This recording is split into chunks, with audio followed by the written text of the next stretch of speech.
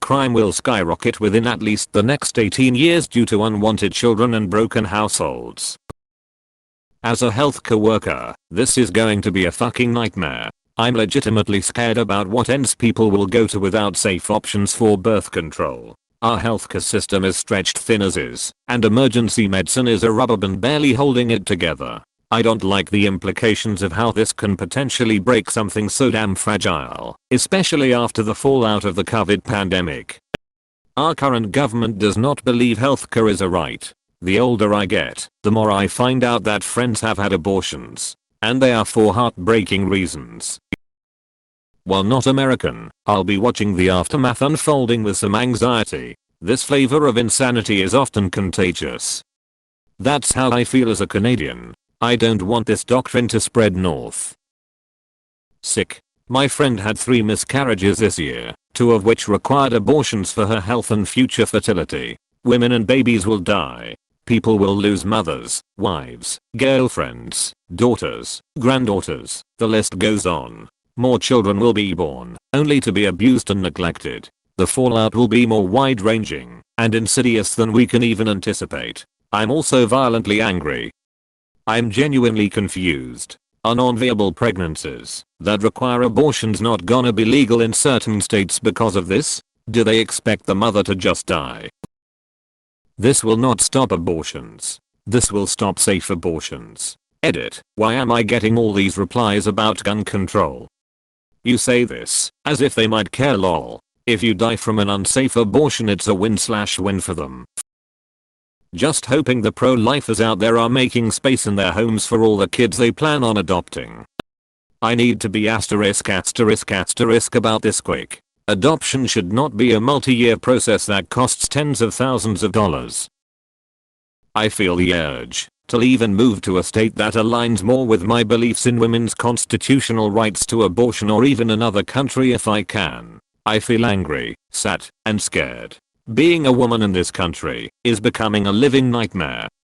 I have PCOS and live in a very anti-abortion state. I want children, but I don't want to be put on trial if I miscarry, which PCOS increases the chances of happening. My husband and I have decided that we are not starting a family in Texas. When we are ready for kids, we are moving. I grew up in the Bible Belt, and overturning Roe v. Wade was one of *the* most prominent talking points from politicians campaigning in the area. The dog caught the car. I didn't think it would happen. What will they run on now? I'm kind of afraid to find out. Thomas in his concurring opinion says the court should reconsider Griswold, Lawrence, and Obergefell, the rulings that now protect contraception, same-sex relationships, and same-sex marriage. May be fucked up to say, but I'm glad my Women's March, protesting, social justice fighting, feminist mother isn't alive to see this. These were almost verbatim what my own mother said about my grandmother 10 minutes ago. It's heartbreaking, but I agree. Separation of church and state. My ***. Tax the churches. I refuse to believe that rich women will be affected by this. They'll always have options. This is another attack on the poor. If you're poor and live in a red state, then you're double fucked. Healthcare providers will go to blue states to be free of government interference. Once again the Republicans screw over their own voters and will blame it on the liberals. No abortion, no healthcare, no maternity leave, no affordable housing, school violence, police authorities with too much power and close to zero control and responsibility, lobbying. America feels like a premium third world. Why aren't millennials having kids? /s. I'm feeling like religious morals and posturing have no place in government, is how I feel. This will not go well. The country was founded on the belief of separation of church and state, yet we are very quickly moving into theocracy.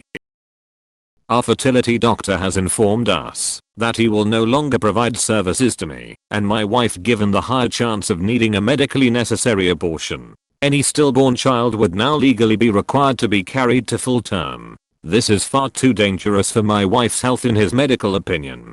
So intense rage is how I'm feeling. My wife and I have been going through fertility treatments for 5 years now. I can't imagine what that news would feel like. I'm so sorry. As a gay man, I know they are coming for me next. Not only did they overturn Roe, but they have the chutzpah to spell out other rights that have been settled for decades in their opinion that are now at risk. Edit, a word. Like Texas is about to be a really bad place to be for anyone remotely civilized and open-minded. Letting the current ledge go whole hog, now that they can hide behind a states' rights argument, is going to be scary. I guess, for the first time in my life, leaving is on the table. It's a shame too, since I'm a rut-educated 6th generation Texan, but the rural minority around here has officially been given permission to act on their worst impulses. I'm out. Agreed. As a current R&M student, this fucking sucks. As much as I love Texas and its suburbs, this state's government fucking sucks. I feel like we regress every fucking year since 2016. Thinking about moving to now or another blue state in the next 5 years.